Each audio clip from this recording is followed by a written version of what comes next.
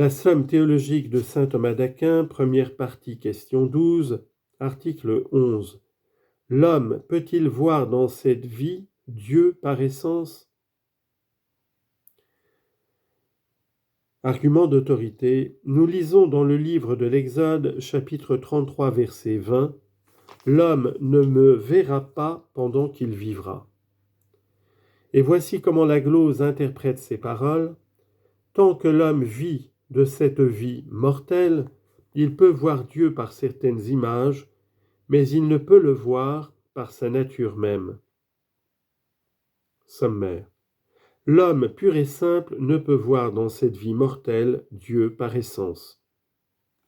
Corps de l'article, explication de saint Thomas. Il faut dire ceci. L'homme pur et simple ne peut voir l'essence de Dieu tant que son âme n'est pas dépouillée de cette enveloppe périssable.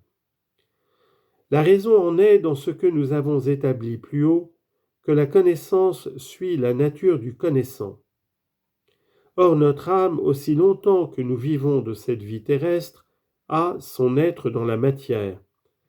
Elle ne peut donc connaître naturellement que les choses qui ont aussi leur forme dans la matière ou qui peuvent être connues par des formes matérielles.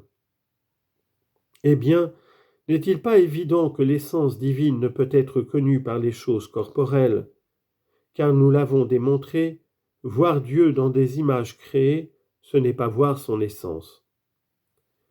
L'âme humaine ne peut donc, tant qu'elle vit selon la vie présente, voir Dieu par essence. En voici une nouvelle raison. Plus notre âme se dégage des choses corporelles, plus elle devient capable de saisir les choses spirituelles. C'est dans les songes et lorsqu'elle est pour ainsi dire séparée des sens qu'elle perçoit le plus souvent les manifestations de la vérité divine et les révélations de l'avenir.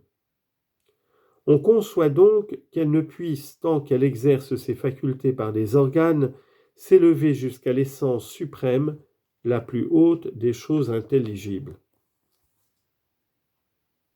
Objection. Il paraît que l'homme peut voir dans cette vie Dieu par essence. Première objection, Jacob dit, au livre de la Genèse, chapitre 32, verset 30, « J'ai vu Dieu face à face ».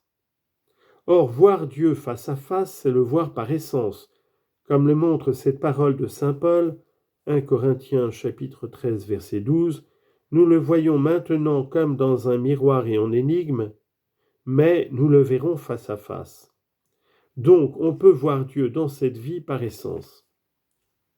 Réponse. L'expression biblique « voir Dieu » signifie, d'après Denis le philosophe, voir des yeux du corps ou par la force de l'imagination certaines figures qui représentent l'être suprême. Lors donc que Jacob dit « J'ai vu le Seigneur face à face », il ne veut pas dire qu'il a vu son essence infinie, mais quelque image qui le représentait. Et c'est effectivement de cette manière, comme nous l'expliquerons plus tard, que l'homme le contemple dans la vision prophétique, quand il reçoit de sa bouche la révélation de ses mystères et de ses volontés. Toutefois, la parole dont il s'agit présente encore un autre sens.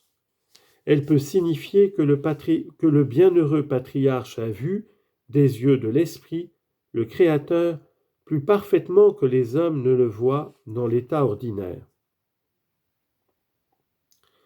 Deuxième objection. Le Seigneur dit de Moïse, livre des Nombres, chapitre 12, verset 8, « Je lui parle de bouche à bouche. » Or, celui à qui le Seigneur parle de bouche à bouche, et qui parle par conséquent lui-même au Seigneur, le voit clairement, sans voile ni figure. Mais c'est là précisément voir Dieu par essence, donc l'homme peut voir Dieu par essence dans l'état de la vie présente. Réponse. De même que Dieu produit miraculeusement dans les organes corporels des effets qui dépassent la nature, de même il peut, dans l'homme qui vit encore de la vie présente, mais qui ne fait pas usage des sens, élever l'âme au-dessus de sa sphère naturelle et lui donner la vision de son essence adorable. Saint Augustin dit dans son traité sur la vision de Dieu, que cette merveille a été opérée chez Moïse et chez saint Paul, qui furent les précepteurs de deux peuples, l'un des Juifs et l'autre des gentils.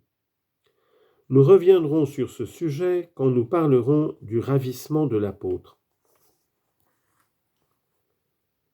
Troisième objection. Ce par quoi nous voyons et jugeons les choses, nous le voyons dans sa nature.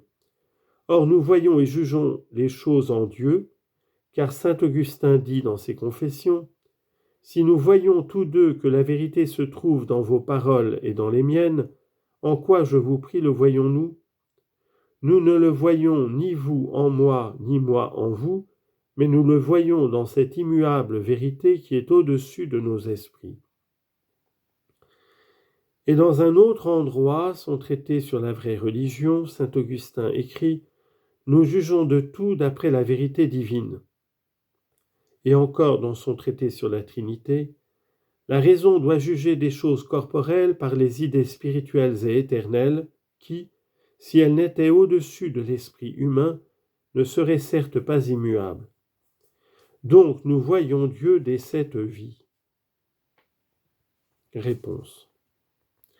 On dit que nous voyons et jugeons tout en Dieu parce que nous recevons de lui la céleste clarté qui éclaire notre intelligence.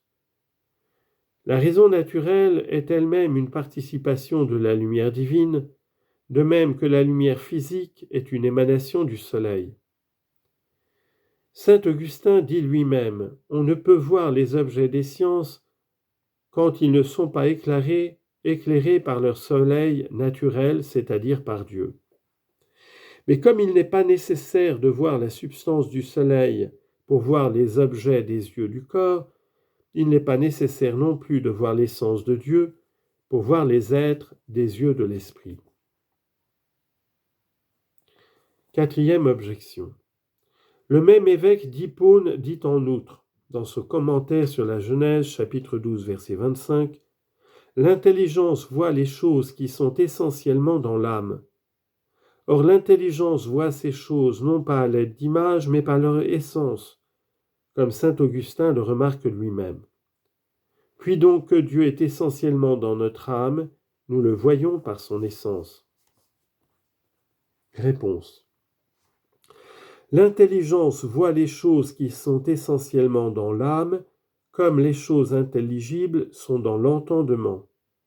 Mais si Dieu est essentiellement dans l'âme des bienheureux, il est notre âme par sa présence, il est dans notre âme par sa présence, par son essence et par sa puissance.